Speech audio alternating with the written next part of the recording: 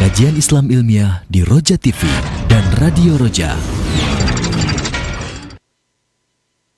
Simak Radio Roja Bogor 100.1 FM, Radio Roja Majalengka 93.1 FM, Radio Roja Palu 101,8 FM, dan Radio Roja Bandung 104.3 FM. Menebar cahaya sunnah. Alhamdulillah, nahmaduhu wa nasta'inuhu wa nastaghfiruh.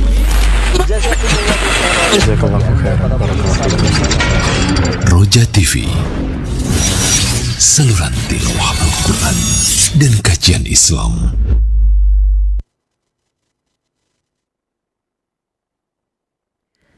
Assalamualaikum warahmatullahi wabarakatuh. Alhamdulillahi rabbil alamin, wassalatu wassalamu ala asrafil anbiya'i wal mursalin wa ala alihi wa ashabihi wa man tabi'ahum bi ihsanin ila yaumiddin, amma ba'd.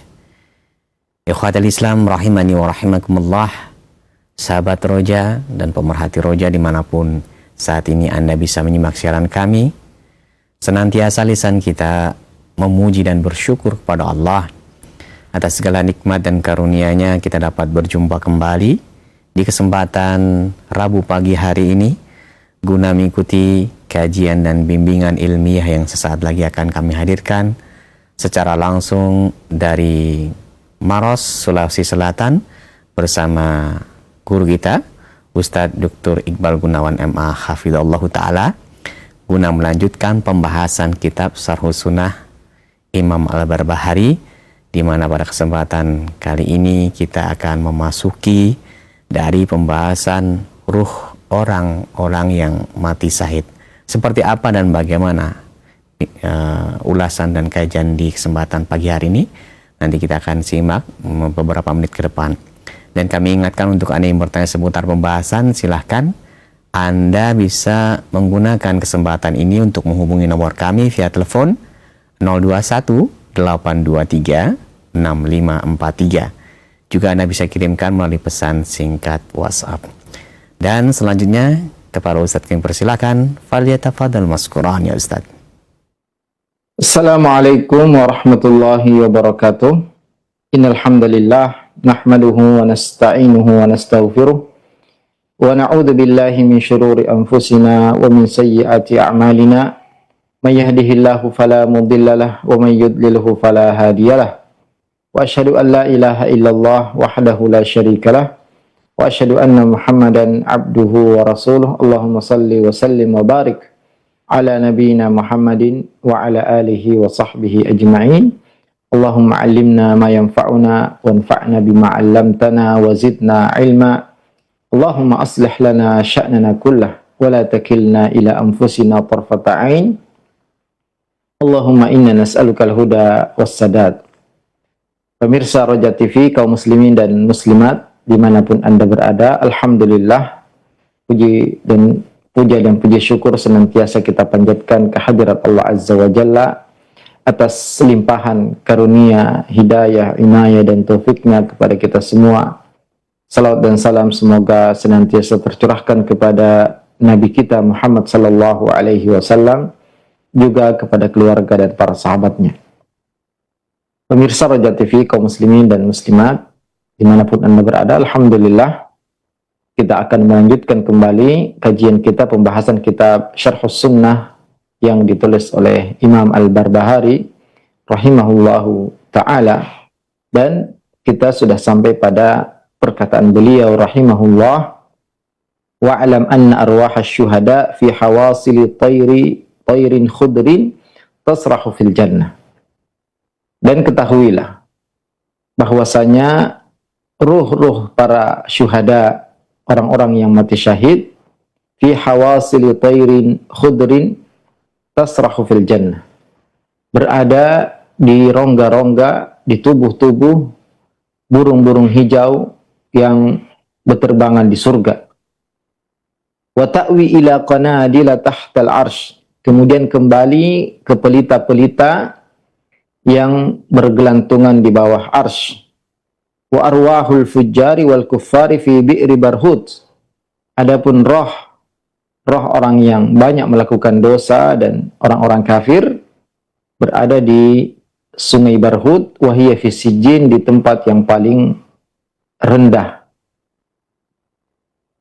Pemirsa Roja TV, kaum muslimin dan muslimat dimanapun Anda berada, kita harus mengetahui bahwasanya orang-orang beriman, orang-orang yang bertakwa, telah disiapkan bagi mereka kenikmatan surga. Dan kenikmatan surga itu, atau kenikmatan itu akan dirasakan sejak ruhnya dicabut. Kemudian ketika masuk ke alam barzakh, dan kenikmatan yang paling sempurna ketika masuk ke dalam surga dan melihat wajah Allah Azza wa Jalla. Inilah yang kita usahakan.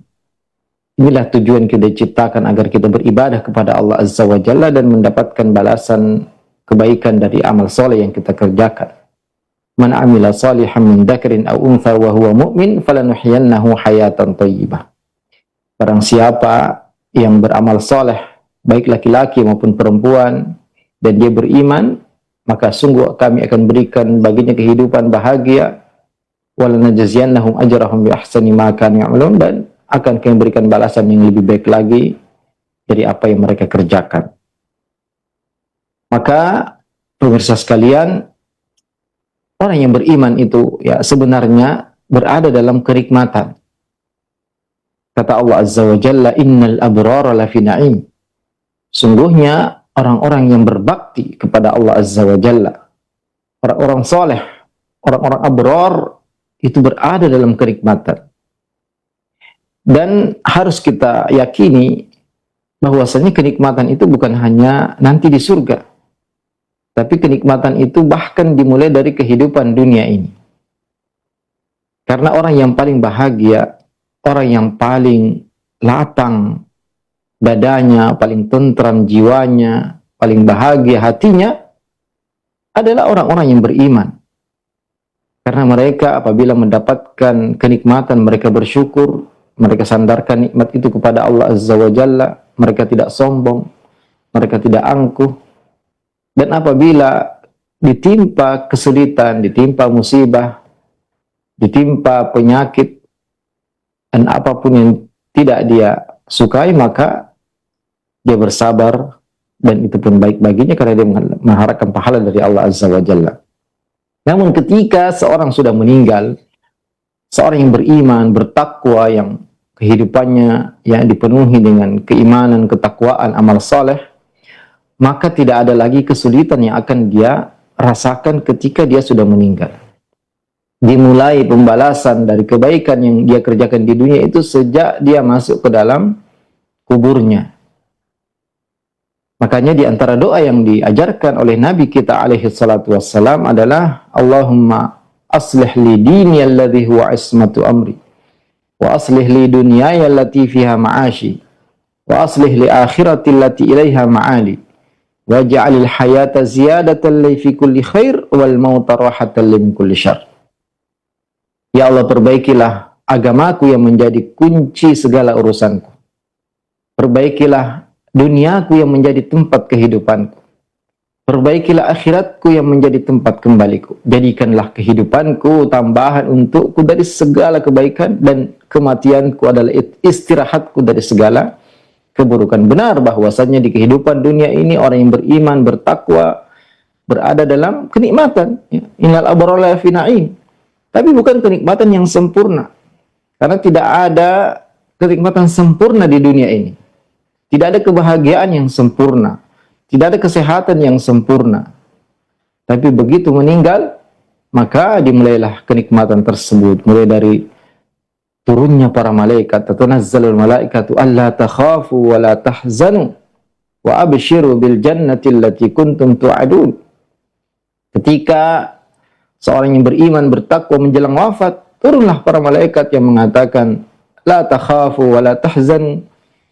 Jangan takut apa yang akan kamu hadapi dari kehidupan alam barzakh, dari hari kebangkitan, hari kiamat, hari pembalasan, hari dibagikannya catatan amal, ditimbangnya amalan, perintahkannya seorang melewati titian sirat, jangan takut, kata para malaikat. Wala tahzanu, jangan khawatir, jangan sedih. Apa yang kamu tinggalkan dari anakmu, keluargamu, istrimu, hartamu, itu akan baik-baik saja. Karena Allah Subhanahu wa taala yatawallas shalihin, yang mengatur urusan orang-orang saleh. Wa abshiru bil jannati allati kuntum tu'adun, dan terimalah kabar gembira surga yang telah dijanjikan untukmu. Itulah yang akan didapatkan oleh orang-orang yang bertakwa kepada Allah Azza wa Jalla. Dan ya, khusus orang-orang yang mati syahid, berperang di jalan Allah Azza wa Jalla, mengorbankan jiwanya, maka dia punya kedudukan yang tinggi di sisi Allah Azza wa Jalla.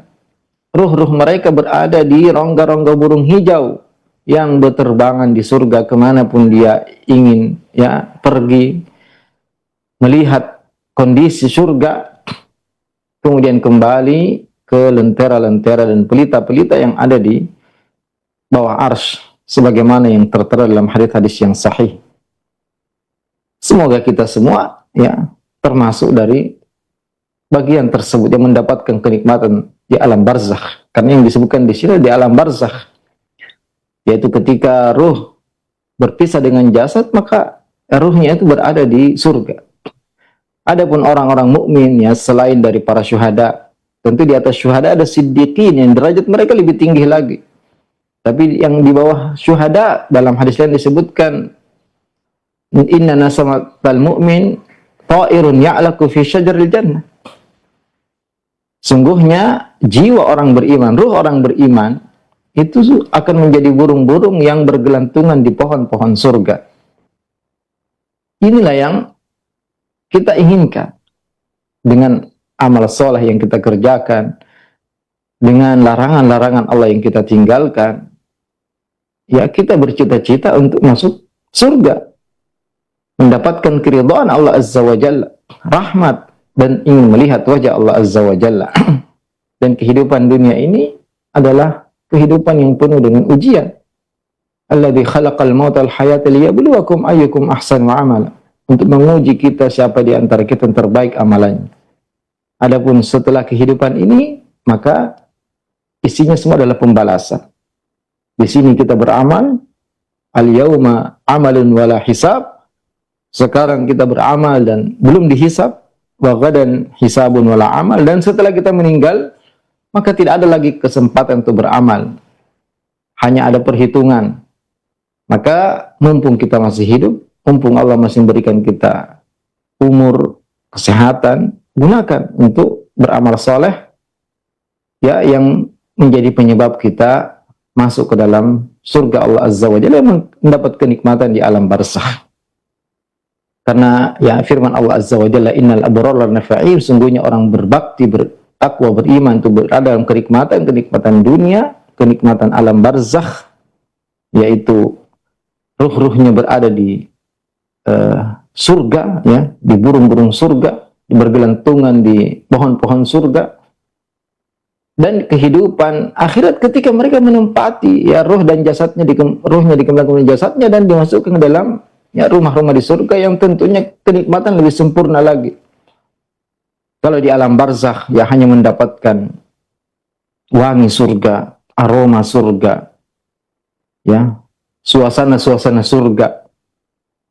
Tapi ketika nanti dimasukkan ke dalam surga, setelah hisab, mizan, sirat, maka dia akan mendapatkan kenikmatan yang jauh lebih sempurna lagi. Wa arwahul fujjar, tapi sebaliknya roh-roh orang yang banyak melakukan dosa, maksiat, dan roh orang-orang kafir berada fi bi'ri barhud. Ya, apa yang disebutkan oleh Imam Al-Barbahari ya, disebutkan bahwasanya ya tidak ada hadis sahih yang menunjukkan tentang nama sungai atau sumur barhud ini. Ya, intinya tentunya ruh orang kafir berada dalam kesengsaraan, dalam siksaan. Allah Ta'ala berfirman tentang Fir'aun dan pengikutnya, an-naru yu'raduna 'alaiha ghuduwwan wa 'ashiyya. Neraka ditampakkan kepada mereka siang dan malam, pagi dan petang. Dan nanti pada hari kiamat, adkhilu ala fir'auna asyadal 'adzab. Kalau sudah tegak hari kiamat, maka masukkan ke dalam azab yang sangat pedih. Di alam barzakh mereka disiksa, disempitkan kuburannya, hingga tulang-tulangnya remuk, kemudian mendapatkan aroma neraka, panas neraka, asap neraka, dan nanti ketika masuk ke dalam neraka, mereka akan masuk ke dalam azab yang sangat pedih. Dan tentunya tentang hakikat ruh ini, ya, tidak ada yang bisa mengetahuinya. Yas'alunaka 'anir ruh, qulir ruh min amri rabbi. Wa ma utitu minal ilmi illa qalila. Ya, kamu ditanya tentang ruh, sungguhnya ruh itu adalah dari Allah Azza wa Jalla yang lebih tahu. Dan kita tidak diberi ilmu kecuali sedikit. Dan kenikmatan di alam barzakh ini, ya kenikmatan ruh yang bersambung kepada jasad seperti seorang yang sedang tidur. Ruhnya dipegang oleh Allah Azza wa Jalla, tapi ketika dia mimpi indah, maka dia merasakan kenikmatan. Sebaliknya ketika seorang bermimpi buruk, dia pun merasakan, ya, siksa. Ya. Jika di dunia saja, ya, ada gambaran yang bisa kita ketahui, ya, bagaimana seorang merasa kenikmatan ketika tidur, dan tidur adalah al-mautus sughra, ya, kematian, mautus sughra, kematian kecil. Maka kehidupan alam barzakh tentu hakikatnya tidak ada yang mengetahuinya, tapi apa yang disampaikan dalam hadis-hadis yang sahih, ya kita harus mengimani. Roh orang beriman itu berada di roh syuhada, berada di rongga-rongga burung hijau di surga yang berterbangan kemanapun dia inginkan, dan kembali ke pelita-pelita yang bergelantungan di bawah arsy. Dan orang mukmin secara umum, maka ruh mereka adalah burung-burung surga yang bergelantungan di pohon-pohon surga. Kemudian beliau masih, ya, berbicara terkait dengan kehidupan alam barzakh. Beliau mengatakan, wal imanu bi annal mayyita yuq'adu fi qabrihi. Dan ahlu sunnah dan kita semua harus mengimani bahwasanya seorang yang meninggal yuq'adu fi qabrihi, ya'tihi malakan, akan datang dua malaikat. Yang mana dua malaikat ini akan datang segera ketika seorang yang meninggal itu masih mendengarkan suara sendal orang-orang yang mengantarnya ke kuburan. Wa innahu la yasma'u qara'ani alihim. Yang masih mendengar suara sendal orang-orang yang mengantarnya ke kuburan. Wa tursalu fihi ar-ruh, ya. Kemudian datang dua malaikat. Kemudian tadi yang didudukkan, ya, yang ya jenazah tadi didudukkan. Kemudian dikembalikan ruhnya. Kemudian ditanya oleh Munkar wa Nakir, ya'tihi malakani aswadani azraqan. Dalam hadis lain disebutkan bahwasanya dia datang dua malaikat yang putih dan biru, hitam dan biru,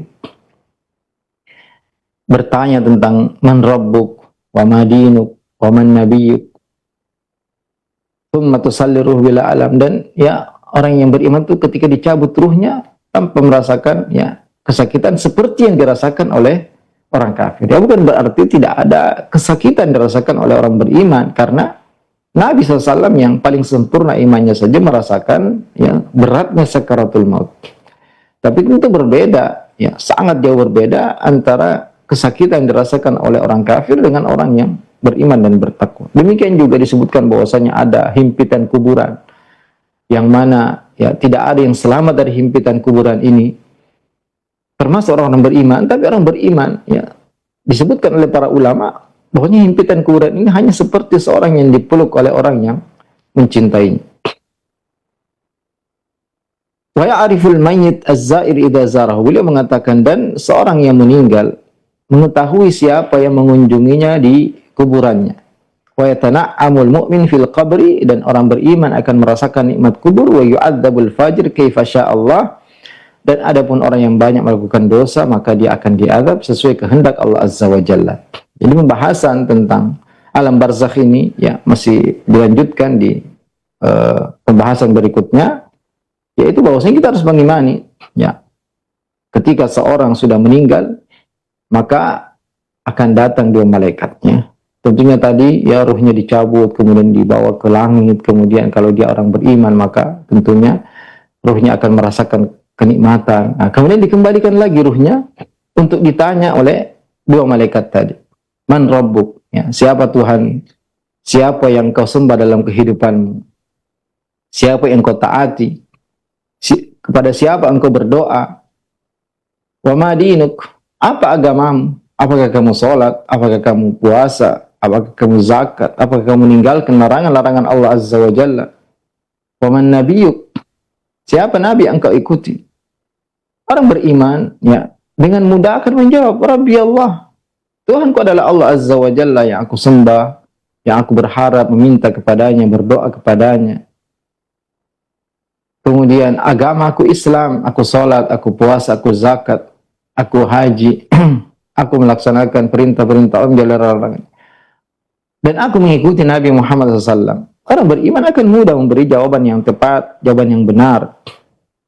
Adapun orang-orang kafir, maka orang-orang munafik akan mengatakan, ha la adri, ya, aku nggak tahu. Sami'tun nas yaqulun, ya, aku mendengar orang mengatakan demikian. Fakultuhu, maka aku pun ikut-ikutan.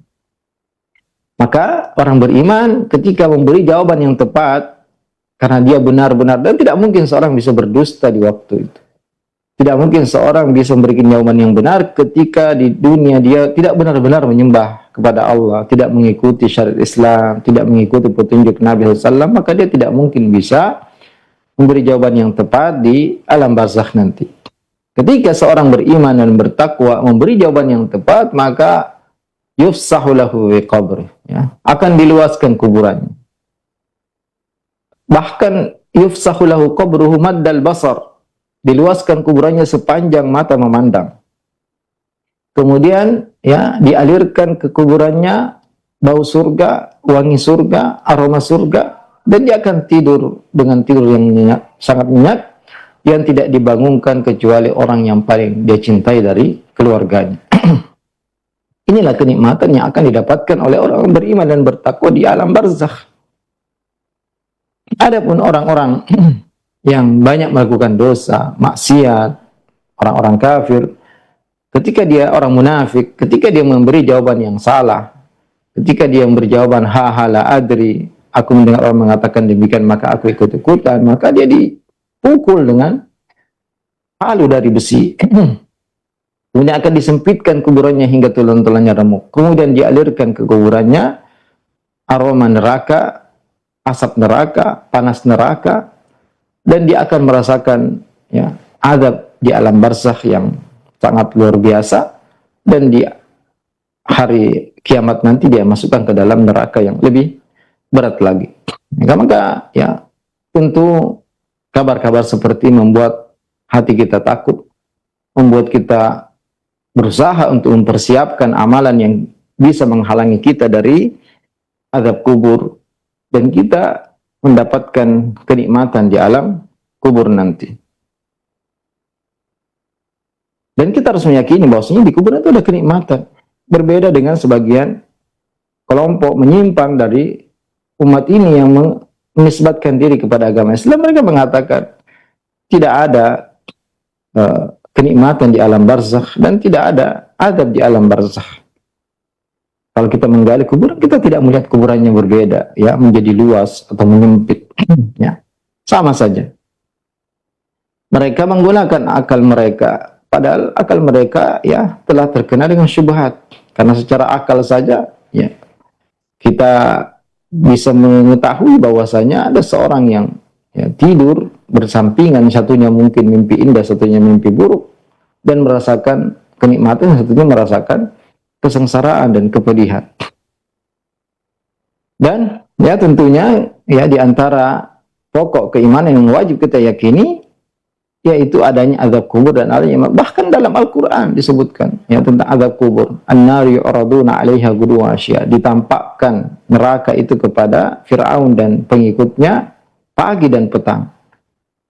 Wa yaumal qiyamati adkhilu ala fir'auna asyara, nanti pada hari kiamat masukkan ya. Maka ini menunjukkan bahwasanya ini adalah adab di alam barzakh yang harus kita yakini dan tidak boleh kita ingkari. Adapun perkataan beliau ya'riful mayyitu zair idza zarahu, dan seorang yang meninggal merasakan apabila ada yang mengunjunginya. Ini juga disebutkan dalam sebagian hadis yang disahihkan oleh banyak ulama bahwasanya seorang yang beriman ya, atau seorang yang ketika dikunjungi oleh saudaranya yang dia kenal di dunia, ya di kuburannya, maka akan dikembalikan ruhnya dan akan menjawab salamnya. Dan dia merasa bahagia dan merasa senang ketika dikunjungi oleh saudaranya yang dia kenal di dunia, apalagi dia orang beriman. Makanya Nabi SAW mengatakan, kuntu nahitukum an ziyaratil kubur ala fazuruha fa innaha tudzakirukumul akhirah. Dulu, ya di awal-awal Islam, aku larang kalian, wahai para sahabatku, untuk ziarah kubur, ya. Karena masih dekat dengan kejahilian, bisa jadi kalian masih mengikuti tradisi-tradisi jahiliyah. Tapi saat ini kalian telah belajar tauhid, belajar rukun iman, ya. Belajar bahwasanya orang yang mati itu tidak bisa berikan manfaat dan mudarat, maka silahkan, ya, ziarah kubur, dan ziarah kubur ini akan mengingatkan kalian tentang kehidupan akhirat. Dari sini kita mengetahui bahwasanya tujuan seorang ziarah kubur itu yang pertama tentunya mengikuti sunnah Nabi SAW, perintah Nabi SAW, ala fazuruha, ya, kunjungilah kuburan, ziarahlah ke kuburan.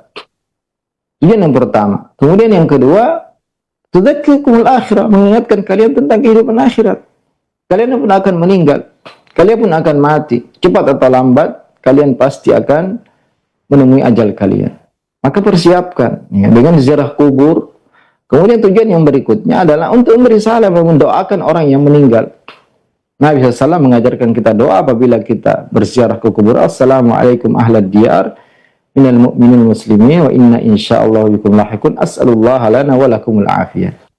Semoga keselamatan dan kesejahteraan bagi kalian wahai penghuni kuburan dari kaum mukminin dan kaum muslimin. Dan insyaallah, dan ini insyaallah yang pasti semua orang akan mati. Pasti kami akan menyusul kalian. As'alullah lana wa lakumul afiyah. Aku mohon kepada Allah untuk kami dan untuk kalian keselamatan. Dan itu akan bermanfaat, ya. Yang bermanfaat bagi orang yang sudah meninggal, kaum muslimin dan muslimat, pemerhati roja dimanapun Anda berada, yang bermanfaat untuk keluarga kita, teman-teman kita, saudara kita, keluarga kita yang sudah meninggal adalah doa. Oleh karena itu Nabi SAW bersabda, idza mata ibnu Adam inqata amaluhu illa min thalath. Ketika Bani Adam sudah meninggal, maka terputuslah amalannya kecuali 3. Salah satunya awaladun salih yad'u lahu, terutama ya doa anak saleh. Doa orang yang anak soleh mendoakan yang meninggal, dan juga doa secara umum. Doa itu sangat bermanfaat dan sangat dibutuhkan oleh orang-orang yang sudah meninggal. Makanya setiap, ya, khutbah Jumat khatib selalu berdoa, Allahumma gfir lil muslimina wal muslimat wal mu'minina wal mu'minat al ahya'i minhum amwat. Ya Allah, ampunilah seluruh kaum mukminin dan muslimin, mukminin dan mukminat, muslimin dan muslimat yang hidup maupun yang sudah meninggal.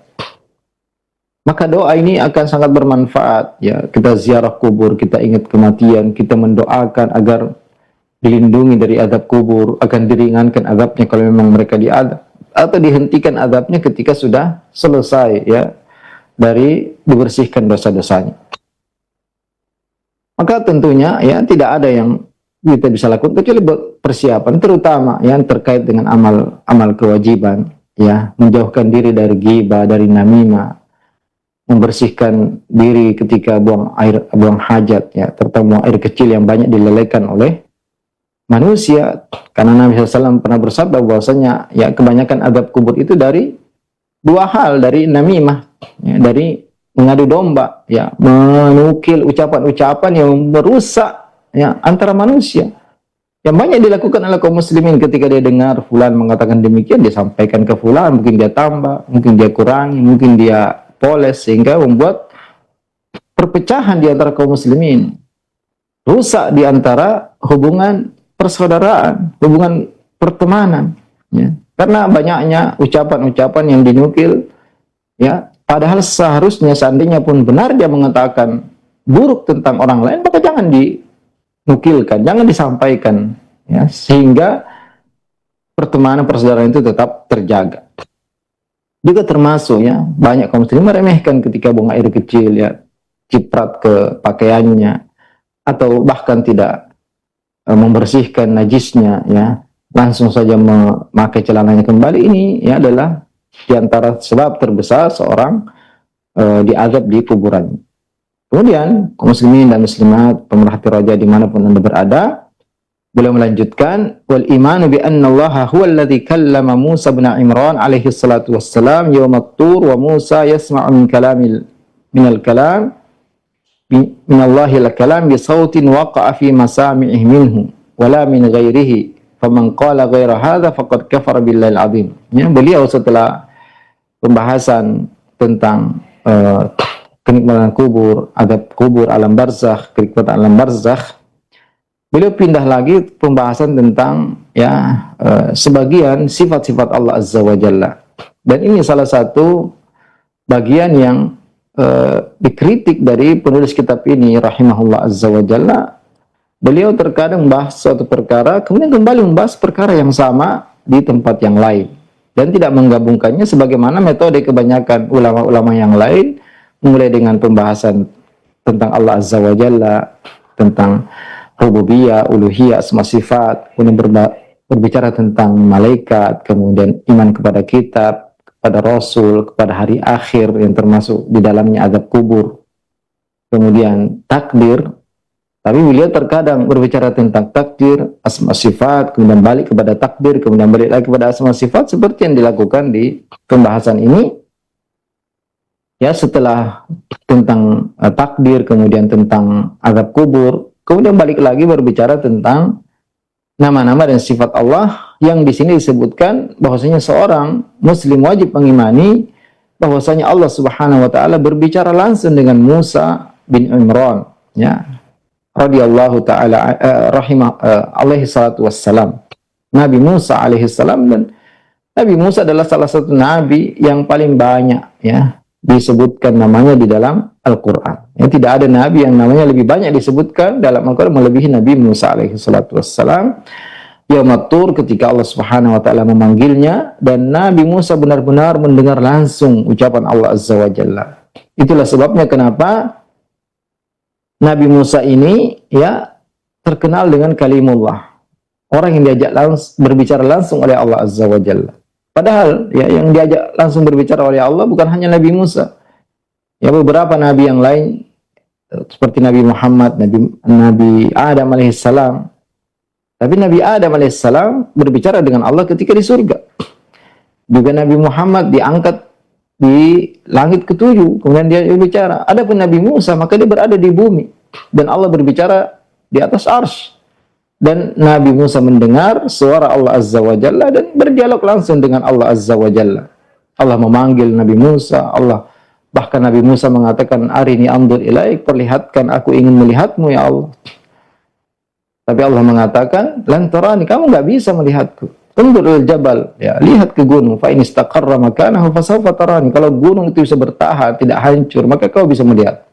Falamma tajalla rabbuhul jabal ja'alahu dakka. Ketika Allah memperlihatkan dirinya ke gunung, gunung itu hancur. Wa kharra Musa sa'iqa, dan Musa pun pingsan. Maka para ulama mengatakan di dunia ini tidak ada yang bisa melihat Allah Azza wa Jalla. Nabi Muhammad pun ketika naik ke langit ketujuh tidak melihat Allah Azza wa Jalla. Tapi kenikmatan terbesar di surga nanti adalah ketika jasad ini dikembalikan, ruh kembali kepada jasad dan diciptakan untuk tidak mati lagi selamanya, maka disitulah jasad ini mampu untuk melihat Allah Azza wa Jalla. Jadi di antara perkara yang wajib kita imani, Allah itu berbicara. Allah itu berbicara dengan Musa, berbicara dengan Nabi Muhammad, dan mengimani bahwasanya Al-Quran, Taurat, Injil, itu semua adalah firman Allah Azza wa Jalla. Dan barang siapa yang mengingkari hal ini setelah jelas kepadanya perkara-perkara, dalil-dalil, dan dihilangkan dari syubhat, maka dia telah melakukan suatu kekufuran. Tapi seorang yang terkena syubhat, maka tentu perlu ditegakkan hujjah kepadanya. Jadi Allah Subhanahu wa taala benar-benar wa kallama Allahu Musa taklima. Benar-benar Allah berbicara dengan Musa dengan pembicaraan yang ulama mengatakan biharfin wa saut, dengan huruf, dengan kata-kata, dengan huruf-huruf dan dengan suara.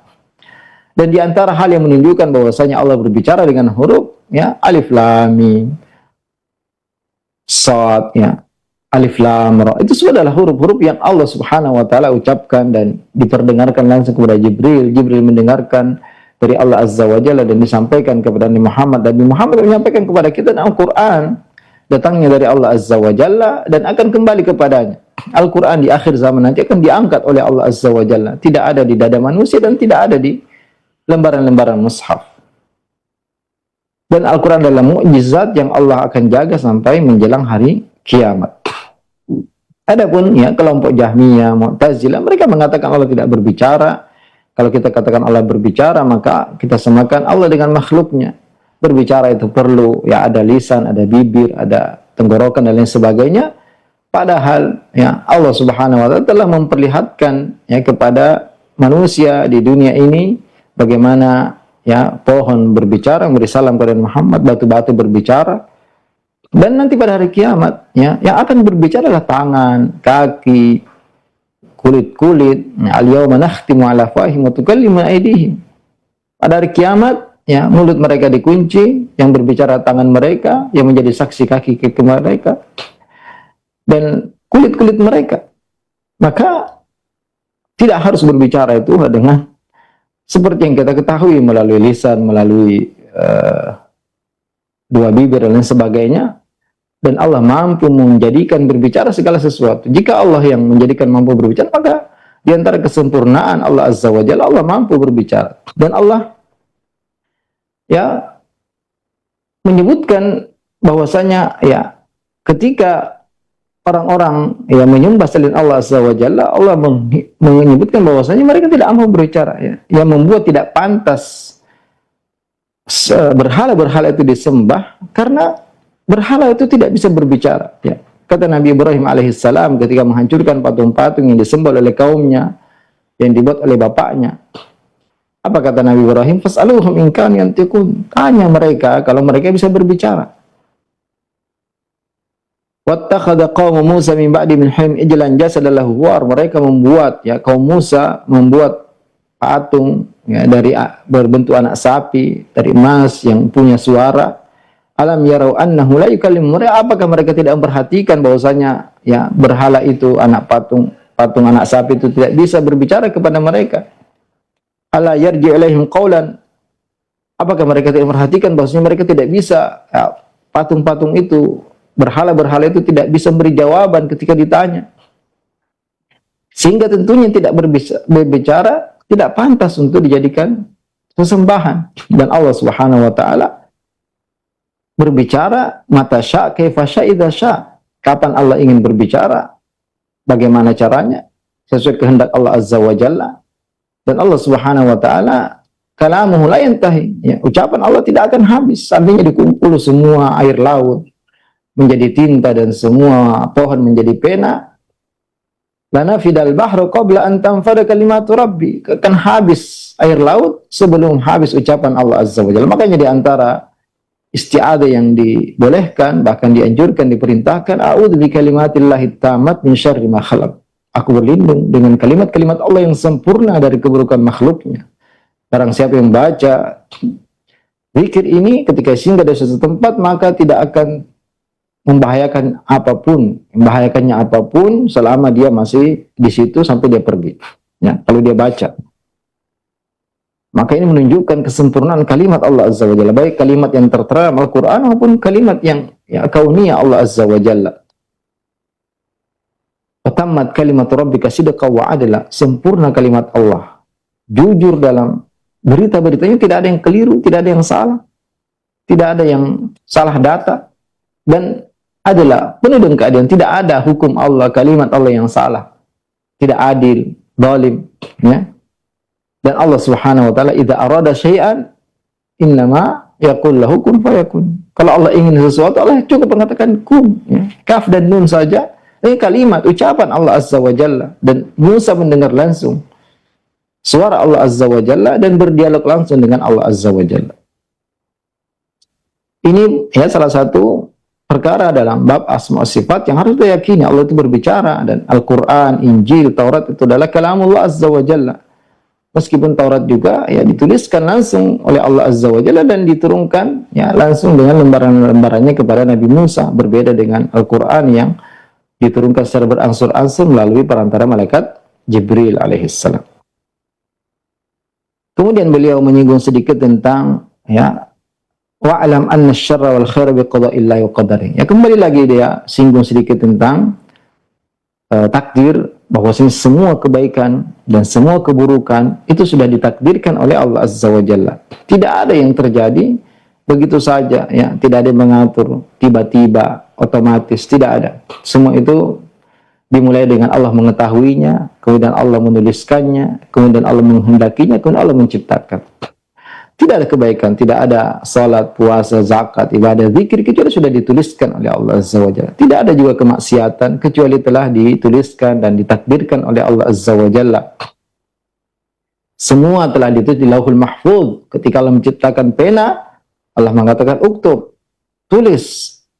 Fajaral qalam bima huwa ka'in yaumil qiyamah. Uktub ma huwa ka'in yaumil qiyamah. Tulis semua yang akan terjadi sampai hari kiamat, maka pena pun menuliskan semua yang akan terjadi sampai hari kiamat, dari kebaikan, ketaatan, kekufuran, keimanan, kemaksiatan, ya, kekayaan, kemiskinan, ya, rasa lapar, rasa dahaga, rasa kenyang, itu semua sudah dituliskan oleh Allah Azza wa Jalla. Tidak ada yang terjadi, bahkan kita menggerakkan tangan kita, itu semua sudah dituliskan di Lauhul Mahfuz, dan tidak ada mengetahui isi Lauhul Mahfuz kecuali Allah Azza wa Jalla.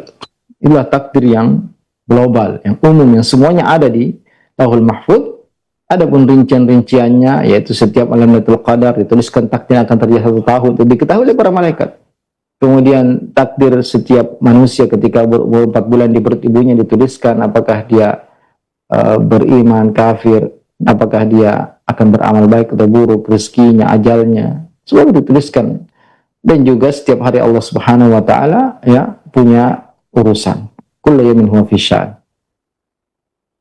Kemudian beliau melanjutkan, wal aqlu mauludun u'tiya kullu insani minal aqli ma aradallahu azza wa jalla. Ya, akal itu diciptakan, ya. Akal itu diciptakan bersama manusia.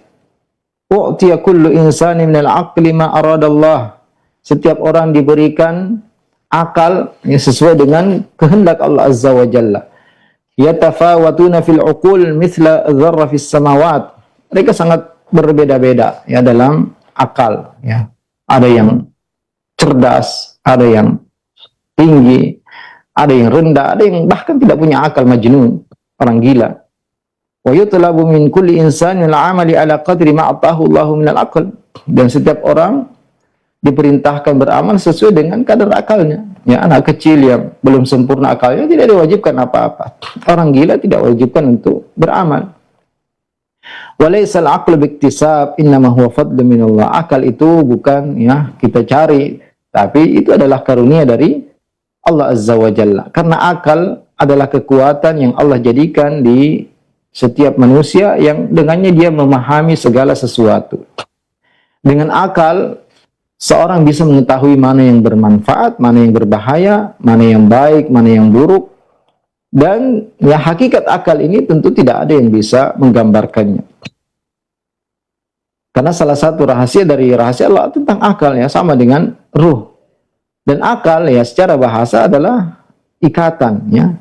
Akal ya'qil artinya mengikat. Kenapa demikian? Karena orang yang berakal menggunakan akalnya dengan benar, maka akalnya itu akan menahan dia, mengikat dia, menghalangi dia untuk melakukan perkara-perkara yang berbahaya. Sehingga orang yang berdosa, melakukan tindakan-tindakan buruk, tindakan-tindakan jahat, sebenarnya dia tidak sedang menggunakan akalnya dengan baik, ya. Jadi akal ini, ya, seperti tali yang mengikat binatang sehingga dia tidak kabur. Jadi akal inilah yang Allah Subhanahu wa taala berikan kepada manusia untuk dia gunakan akal tersebut agar dia bertindak sesuai dengan apa yang Allah Subhanahu wa taala perintahkan. Dalam Al-Qur'an ada istilah lain dari akal, yaitu hijr. Allah taala berfirman, "Hal fi dzalika qasamul ladzi hijr." Ya, apakah di sumpah-sumpah wal fajri, ya, walayalin ashir wasyafi' wal watr wallaidzi idza yasr, hal fi dzalika qasamul ladzi, apakah cukup, ya, apakah tidak cukup sumpah-sumpah ini bagi orang yang berakal. Al-hijr itu adalah akal. Kenapa al-hijr? Karena hijr itu yahjur artinya menahan, ya. Menahan seorang dari melakukan apa yang berbahaya baginya. Sehingga orang yang melakukan sesuatu yang berbahaya, ya, bahkan yang lebih parah lagi, ada seorang yang diberi akal, banyak orang yang diberi akal tapi berusaha menghilangkan akalnya dengan apa? Dengan minum sesuatu yang memabukkan, yang menutup akalnya. Makanya dinamakan muskir, yaitu menutup akal. Muskirat, ya, minuman-minuman keras yang mana kalau diminum maka seorang kan hilang akalnya, bisa membunuh, bisa memperkosa, bisa melakukan tindakan-tindakan yang seperti binatang. Karena seorang ketika dia minum minuman keras, dia akan kehilangan akalnya. Juga di antara an-nuha, di antara nama akal dalam Al-Qur'an, an-nuha, inna fi dzalika laayatil liulin nuha. Sungguhnya pada yang demikian itu terdapat tanda-tanda kekuasaan Allah bagi orang yang berakal. Juga albab, inna fi dzalika laayatil lil albab, ya. Terdapat tanda-tanda kekuasaan Allah bagi orang yang menggunakan akalnya. Maka akal ini kita harus mensyukuri nikmat akal, ya. Dan kita gunakan akal ini dengan benar, dan kita harus berpikir sebelum kita bertindak dan melakukan sesuatu, apakah itu bermanfaat atau mudarat. Perkataan beliau, wal aqlu maulud, akal itu maulud, maksudnya dilahirkan bersama manusia atau maksudnya diciptakan. Dan di antara manusia, beliau boleh mengatakan akal yatafawat, akal setiap orang itu bertingkat-tingkat, berbeda-beda, tidak sama semuanya. Maka kita harus memahami bahwasanya tidak boleh kita menyamakan semua manusia. Ada orang yang akalnya cerdas, akalnya baik, akalnya sempurna, seperti para nabi, mereka adalah orang-orang yang paling sempurna akalnya. Sehingga benar-benar mereka adalah orang-orang pilihan, orang-orang yang disucikan dan dijaga dari perbuatan dosa, terutama dosa besar.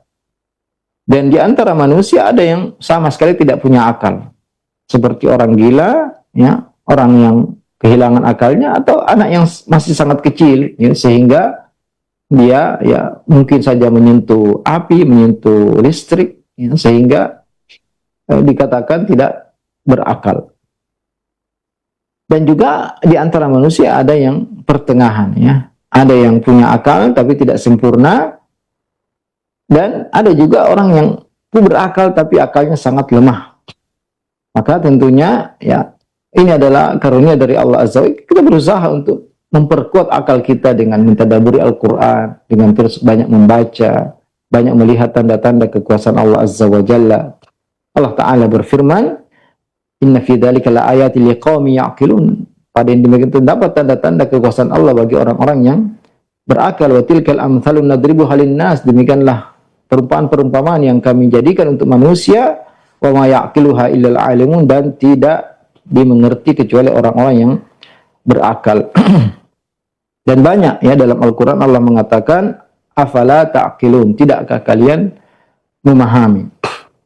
Am tahsabu anna aktsarum yasma'una innahum illa kal anam. Apakah kamu menyangka kebanyakan mereka itu mendengar atau berakal? Innahum illa kal an. Mereka itu sebenarnya hanya seperti binatang ternak. Bal hum adall, bahkan dalam ayat lain dikatakan mereka lebih sesat dari binatang. Makanya orang-orang yang masuk neraka nanti mengatakan, lau kunna nasma'u aw na'qil ma kunna fi ashabis sa'ir. Seandainya kami benar-benar menggunakan pendengaran kami dengan benar, seandainya kami benar-benar menggunakan akal kami dengan benar, maka kita tidak akan masuk neraka.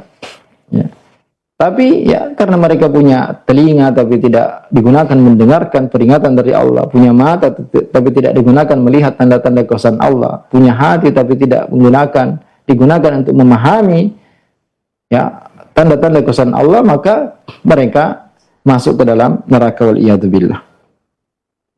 Dan ini adalah karunia dari Allah Azza wa Jalla yang bisa dikembangkan. Akal itu bisa dikembangkan dengan banyak mentadabbur Al-Qur'an, banyak melihat kejadian-kejadian, banyak membaca, banyak belajar dari para ulama, maka akal itu bisa bertambah kuat.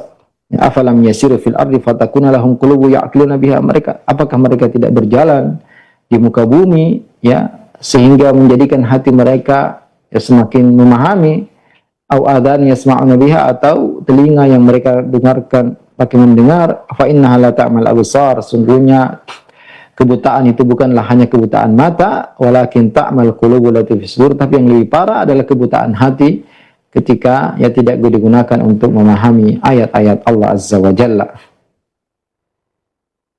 Ya, kemudian beliau melanjutkan ya, dengan perkataannya, wa'lam anna Allah faddal ibad ba'dahum ala ba'din fid dunya wal akhirah. Ya, yang harus kita yakini bahwasanya Allah itu membeda-bedakan, ya, tidak menyamaratakan semua manusia. Ada yang lebih diunggulkan, lebih diutamakan dan daripada yang lain. Allah wa rabbuka yakhluqu ma yasha'u yakhtar. Allah itu Tuhanmu menciptakan apa yang Allah kehendaki dan memilih. Ya, bukan hanya manusia. Tempat Allah pilih Makkah, Madinah, Masjidil Aqsa. Allah pilih bulan Ramadan, 10 pertama di bulan Dzulhijjah, 2 hari raya, 10 terakhir di bulan Ramadan. Dan Allah juga bahkan para nabi, tilkar rusul faddalna ba'dhum ala ba'd. Ada nabi yang ulul azmi minar rusul, ada nabi yang paling mulia, ada Khalilur Rahman, Nabi Muhammad, Nabi Ibrahim. Dan mereka semua adalah manusia yang mulia. Bahkan ayat Al-Quran, ada ayat yang paling agung dalam Al-Quran, ayat kursi, ada surat Al-Fatihah, surat yang paling agung dalam Al-Quran, juga manusia. Ya, ada yang lebih diutamakan, akalnya diutamakan, ada yang diberi kekayaan, ada yang diberi kesempitan, dan tentunya ada hikmah yang sangat besar dari hal ini. Ya. Seandainya semuanya sama, maka tentunya tidak ada yang ingin bekerja. Ada yang kaya sehingga dia bisa mempekerjakan orang lain. Adalah minhu, dan itu bentuk keadilan Allah Azza wa Jalla. Karena kalau semua sama rata, ya, maka tidak ada yang menjadi pekerja, ya, sebab ingin menjadi bos. Allah Ta'ala berfirman, wa rafa'na ba'dahum fawqa ba'din darajat liyattakhidha ba'dahum ba'dan sukhriya. Ya. Kami angkat sebagian dari sebagian yang lain agar sebagian dari sebagian lain menjadi pembantu, menjadi, ya, orang-orang yang ditundukkan, dipekerjakan. Wala yuqal jar wala haba. Bukan berarti Allah Subhanahu wa taala zalim, karena Allah tidak mungkin zalim sedikit pun kepada hamba-hambanya. Dan Allah mengatakan, inni haramtu dzulma ala nafsi, aku haramkan kezaliman itu sendiriku, wa ja'altu bainakum muharrama, dan aku haramkan untuk kalian. Jadi Allah tidak berbuat kezaliman sedikit. Faman qala inna fadlallahi 'ala minal kafir sawa, ya, maka barang siapa mengatakan keutamaan yang Allah berikan kepada orang kafir dan orang beriman itu sama, fahuwa sahibu bid'ah, berarti dia telah mengucapkan perkataan yang bid'ah, atau dia adalah pelaku bid'ah. Bal faddalallahu al-mu'min al-kafir. Tapi yang benar, orang Allah Azza wa Jalla mengutamakan orang beriman daripada orang-orang kafir. Wa ta'i 'alal 'asi, Allah mengutamakan orang-orang berketaatan dengan orang-orang yang rajin melakukan ketaatan dengan orang banyak bermaksiat. Ya, apakah sama, ya, orang beriman dan orang yang mujrim? Afanaj'alul mujrimina muslimina kal mujrimin, apakah kami samakan orang muslim dengan orang yang banyak berbuat dosa? Wal ma'sum 'alal makhdhul, yang dijaga dan dibiarkan, adalah minhu huwa fadluhu yu'tihi man yasha' wa yamna'uhu amma yasha'. Itu adalah bentuk keadilan Allah Azza wa Jalla yang Allah berikan kepada siapa yang Allah kehendaki, dan Allah tidak berikan kepada siapa yang Allah tidak kehendaki. Ya, bukan bentuk kezaliman. Karena itu hak Allah Azza wa Jalla. Terserah Allah ingin memberikan atau tidak berikan. Dan Allah tidak akan zalim sedikit pun. Dalam masalah balasan, maka Allah tidak akan menzalimi seorang sedikit pun. Tidak akan diberikan adab kecuali orang yang melakukan dosa. Wala taziru waziratu wizra ukhra. Ya. Tidak mungkin seorang dipukulkan dosa orang lain. Wa in tad'u muthqalatun ila himliha la yuhmal minhu syai' walau kana dza qurba.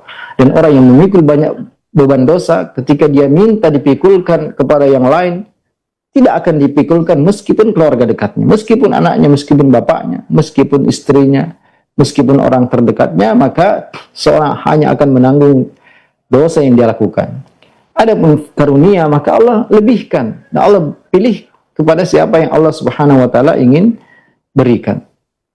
Jadi itu menunjukkan fadlu minallah, ya. Karunia, keutamaan yang Allah berikan pada siapa yang kehendaki. Adapun terkait pahala dan balasan, maka Allah tidak berbuat zalim sedikit pun, ya.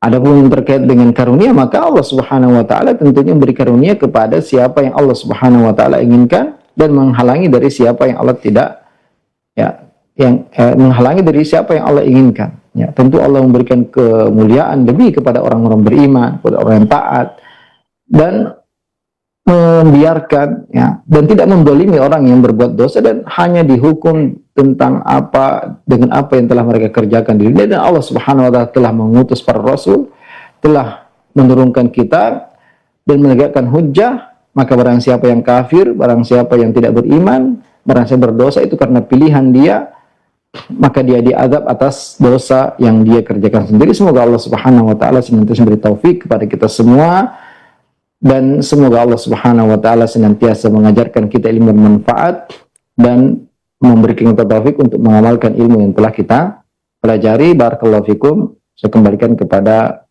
MC yang ada di studio. Barakallahu. Barakallahu Ustaz, terima kasih. Jazakallahu khairan atas kesediaan Ustaz untuk menyampaikan bimbingan serta pelajaran yang bermanfaat kepada kami di kesempatan pagi hari ini. Semoga pertemuan kita diberkahi Allah. Kita memohon taufik dan hidayah kepada Allah Subhanahu wa taala untuk bisa memahami dan juga mengamalkannya, mengaplikasikannya dalam kehidupan kita, dan juga menyampaikan hal ini kepada orang-orang terdekat, orang kita cintai, keluarga kita. Selanjutnya kami akan bacakan pertanyaan telah masuk di kesempatan pagi hari ini melalui pesan singkat WhatsApp. Assalamualaikum warahmatullahi wabarakatuh. Dari hamba Allah yang bertanya, apakah dikatakan mati syahid juga orang yang meninggal karena penyakit, tapi penyakitnya bukan penyakit perut? Mohon penjelasan Ustaz, silakan. Ya, ada beberapa orang-orang yang bernilai mati syahid, ya, tapi tentu perlakuannya tidak seperti orang yang mati syahid di medan perang di jalan Allah Azza wa Jalla, di jihad yang benar sesuai dengan apa yang digariskan dalam syariat kita. Orang yang mati syahid di medan perang maka tidak dikafani, tidak disalatkan, ya, dimakamkan dengan pakaiannya, dan akan dibangkitkan pada hari kiamat dengan darah yang tetap warna darah tapi baunya bau yang sangat wangi. Dan ada orang-orang yang pernah juga kita bahas sebelumnya, al-mabtun syahid, orang yang mati karena sakit perut itu syahid, wal ghariq syahid, orang yang meninggal karena tenggelam itu syahid, orang yang meninggal karena tertimpa runtuhan itu syahid. Ya, ada beberapa ya orang-orang yang mendapatkan pahala syahid tapi perlakuannya ya dia tetap dimandikan, dikafankan, disalatkan, ya. Intinya berbeda dengan mati syahid di medan perang. Dan tentunya kalau ditanyakan bukan penyakit sakit perut, ya kebanyakan orang mati ya karena kanker, ya karena mungkin penyakit mungkin tabrak mobil dan lain sebagainya. Tentunya tidak semua orang dikatakan mati itu mati syahid, ya. Dan ya kalau dia mati dalam perjuangan di jalan Allah Azza wa Jalla, maka kita harapkan dia mati dalam kebaikan, dan tidak harus seorang mati syahid baru masuk surga, ya. Dan ada derajat sebenarnya lebih tinggi daripada syuhada, yaitu siddiqin, ya. Derajat siddiqin ini derajat Nabi, sahabat Abu Bakar atau sahabat Umar yang meninggalnya ditikam, ya. Atau sahabat Utsman juga yang meninggal karena dibunuh Khawarij, ya, tidak harus di medan perang. Mereka punya derajat yang lebih tinggi pada syuhada, yang bisa jadi ya ada orang-orang yang punya derajat tinggi lagi daripada syuhada, ya, siddiqin, derajat orang-orang benar-benar jujur yang benar-benar mengorbankan jiwa raganya, ya, untuk Allah Azza wa Jalla. Maka tentunya kita ingin mencapai derajat yang paling tinggi, dan kalau kita minta surga maka mintalah surga yang paling tinggi. Kita berusaha untuk bisa mencapai derajat tinggi. Tentunya tidak mungkin kita sampai derajat para nabi, ya, atau sahabat, tapi kita bisa mendekati derajat mereka, ya, dengan banyak beramal soleh, dengan banyak, ya, melakukan amalan-amalan yang mudah bagi kita, ya, karena Allah Subhanahu wa taala membagikan amalan seperti membagikan rezeki, ya. Ada orang rezekinya di bidang ini, bidang itu, ya, dengan amalan juga demikian. Ada orang yang kuat bersedekah sehingga dia perbanyak sedekah, perbanyak puasa, perbanyak baca Quran, perbanyak dakwah, ya. Adapun yang wajib maka tentu semua kita sama, ya. Kita wajib salat 5 waktu, kita wajib puasa Ramadan, kalau punya harta wajib dikeluarkan zakatnya, kalau mampu berhaji maka wajib berhaji. Tapi dalam amalan-amalan sunnah kita berlomba-lomba, ya. Ada yang, ya, punya harta sehingga bisa banyak bersedekah, bisa banyak haji dan umrah. Ada yang diberikan kemampuan untuk menghafal Al-Quran, mengajarkan Al-Quran, ada yang diberikan ilmu sehingga dia semangat berdakwah, ya. Dan ada juga orang yang punya ya banyak kebaikan dia dalam segala hal, ya dia punya ya mampu untuk melakukan, maka itu adalah orang terbaik seperti sahabat Abu Bakar yang mendahului semua manusia dalam segala kebaikannya. Intinya ya tidak semua tentu penyakit itu dikatakan mati syahid, tapi ada beberapa ya kematian-kematian disebut oleh Nabi, di antaranya al-mabtun, ya orang yang mati karena sakit perut, ya itu dianggap mati syahid. Demikian juga orang yang tenggelam atau orang yang tertimpa runtuhan, ya yang dikategorikan sebagai mati syahid, tapi hukumnya berbeda dengan yang meninggal di medan perang. Barakallahu fikum. Terima kasih atas jawabannya dan semoga menjadi tambahan ilmu untuk yang bertanya khususnya dan kita semuanya menyimak pada kesempatan pagi hari ini. Berikutnya kami bacakan pertanyaan dari Ummu Sa'ad di Maros, Makassar. Izin bertanya Ustadz, apakah orang yang mati sebaiknya dikuburkan di dekat kuburan keluarganya yang sudah terlebih dahulu meninggal?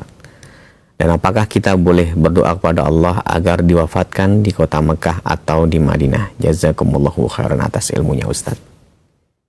Ya, yang disunnahkan yaitu seorang diwafatkan di pekuburan kaum muslimin. Ya, karena ada beberapa ya di antara kaum muslimin yang mereka menguburkan keluarganya di halaman rumahnya, apalagi di masjid ya, di sekitar masjid ya. Dan itu dilarang ya. Karena masjid itu ya tidak boleh dijadikan kuburan, dan kuburan tidak boleh dibangun di atasnya masjid. Bahkan Nabi SAW mengatakan la taj'alu buyutakum kubura, jangan jadikan rumah kalian seperti kuburan ya. Maksudnya apa? Ya sholat di situ. Sehingga berbeda antara kuburan dan masjid. Masjid tempat ibadah dan kuburan tempat ya pemakaman.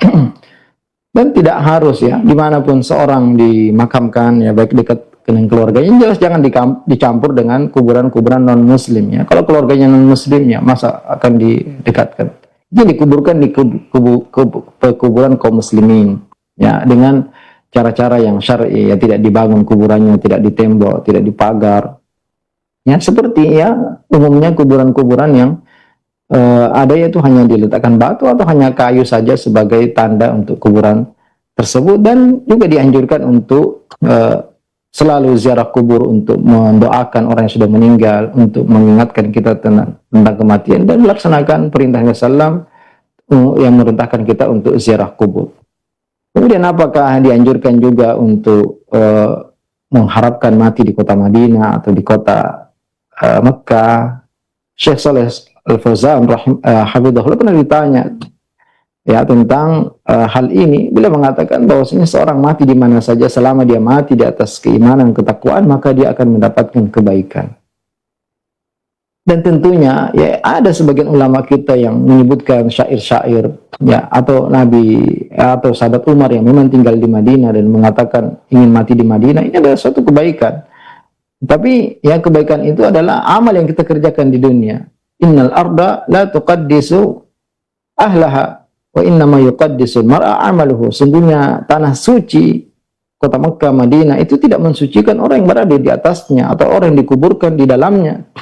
Yang mensucikan seorang itu adalah amalannya. Meskipun dia mati di tengah hutan atau di ujung Afrika atau di Eropa atau di mana saja, selama hidupnya dia beriman, bertakwa, beramal soleh, maka kuburnya akan diluaskan, akan dilapangkan, akan dia mendapatkan nikmat kubur, dan akan mendapatkan banyak kebaikan. Tapi kalau dia amalnya buruk, kemudian dia meninggalnya di Madinah, ya, karena di sana tentunya banyak juga orang-orang yang bermaksiat, ya. Di Mekah juga demikian. Apakah kita katakan bahwasanya mereka pasti mendapatkan kenikmatan? Ya, tentu tidak. Karena seorang itu tergantung amalannya di kehidupan dunia ini. Barakallahu fikum. Barakallahu Ustaz, terima kasih atas nasihat dan jawabannya. Berikut ini akan kami bacakan pertanyaan dari saudara kita Salman di Tangerang yang bertanya sebagai berikut. Ustadz, bagaimana dengan keadaan ruh orang yang meninggal karena dia tenggelam di tengah lautan yang luas atau terbakar hingga menghancurkan tubuhnya? Jika terjadi demikian, apakah gugur kewajiban untuk memandikan jenazah tersebut? Syukron Ustadz. Ya, kalau kita ingin kaitkan dengan pembahasan kita, azab dan nikmat kubur itu ya sebenarnya secara umum saya dikatakan nikmat kubur, tapi tidak semua orang dikuburkan. Ya. ada yang dikuburkan dan ada yang tidak dikuburkan, ada yang mati tenggelam, ada yang mati ya hancur terbakar mungkin sehingga menjadi debu, ada yang dimakan binatang buas ya. Kalau pertanyaan tentang fikihnya ya, selama masih bisa diselamatkan, bisa dimandikan, bisa dikafani, maka tetap dilakukan ya. Atau bagian tubuhnya yang selamat, maka tetap diperlakukan sebagaimana layaknya ya jenazah yang biasa, sesuai dengan kemampuan kita. Kalau memang tidak bisa diapa-apakan, maka tentunya gugur kewajiban ya penyelenggaraan jenazah tersebut.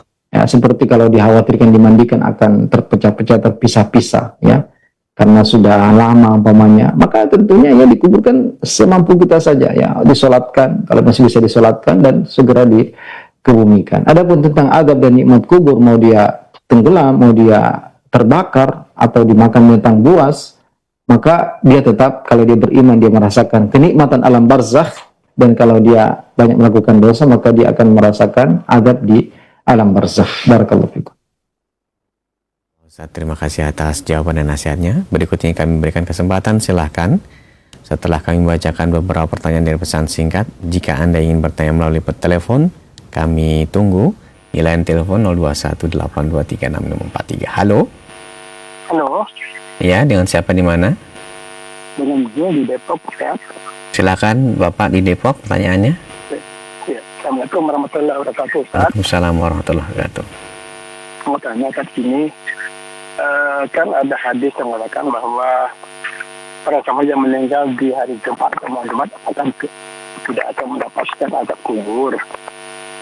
Kemudian kalau dia, tapi sehari-harinya dia nggak sholat atau berperilaku kurang baik, itu apakah berlaku juga ya? Baik, Hadis tersebut. baik Bapak, terima kasih. Assalamualaikum warahmatullahi wabarakatuh. Waalaikumsalam warahmatullahi wabarakatuh. Silahkan Ustaz. Mensahihkan hadis tersebut, dan diantara tanda-tanda kebaikan yaitu meninggal di hari Jumat atau malam Jumat. Tapi kembali lagi bahwasanya seorang itu tergantung amalannya ya. Walaupun dia meninggal di Mekah, di Madinah, di hari Jumat ya, atau bahkan ketika mungkin sujud atau ketika sedang berkhutbah ya, tetap saja bahwasanya sesuai dengan amalannya, meskipun itu tanda-tanda kebaikan. Karena tadi yang kita mungkin anggap dia meninggalnya ya selama hidupnya banyak keburukan, bisa jadi ketika dia di akhir hayatnya mungkin 5 hari sebelum meninggal, 3 hari, sehari sebelum meninggal, mungkin dia bertaubat ya, karena taubat itu diterima sampai nyawa itu di kerongkongan atau matahari terbit sebelah barat. Itulah kenapa di antara akidah Ahlussunnah wal Jamaah tidak boleh memastikan seorang itu di surga atau di neraka. Meskipun dia, kita ketahui selama hidupnya ya banyak melakukan dosa, mungkin melakukan ya minum khamar, berzina dan lain sebagainya, tapi tidak ada yang mengetahui bima yuhtamu lahu ya, apa akhir dari hayatnya. Bukankah ada seorang Yahudi yang di akhir hayatnya ya diperintahkan oleh Nabi SAW untuk masuk Islam, bersyahadat, kemudian dia bersyahadat, kemudian ya kita harapkan dia masuk surga. Ada orang yang ya sepanjang hidupnya non muslim, kemudian sebelum dia meninggal dia masuk Islam, kemudian mungkin bahkan belum pernah sujud, kemudian dia meninggal ya. Itulah yang disebutkan dalam hadis Nabi SAW, ada seorang yang laisa bainahu baina nar illa dira, tidak ada antara dia dan neraka kecuali satu hasta, fa ya'malu bi amali ahli jannah. Kemudian dia beramal dengan amalan penduduk surga, fa yadkhuluha, kemudian dia masuk surga. Jadi ya bisa jadi orang yang kita lihat sehari-harinya dia banyak berbuat maksiat, tapi di akhir hayatnya dia bertaubat, kemudian karena taubatnya itu sebelum sampai nyawa di tenggorokan, maka dia meninggal dalam kebaikan, bisa jadi. Maka siapapun yang meninggal di atas kebaikan, maka kita mengharapkan dia mendapatkan nikmat, dan siapa yang meninggal di atas keburukan, maka kita khawatirkan dia diazab, tapi tidak boleh kita memastikan. Ya. Dan kalau dia ada tanda-tanda kebaikan di akhir hayatnya, maka kita berharap dia diampuni dosanya oleh Allah Azza wa Jalla. Barakallahu fikum. Dan selanjutnya kami akan bacakan pertanyaan terakhir di ujung pertemuan kita di kesempatan pagi hari ini dari Ummu Ida di Bogor.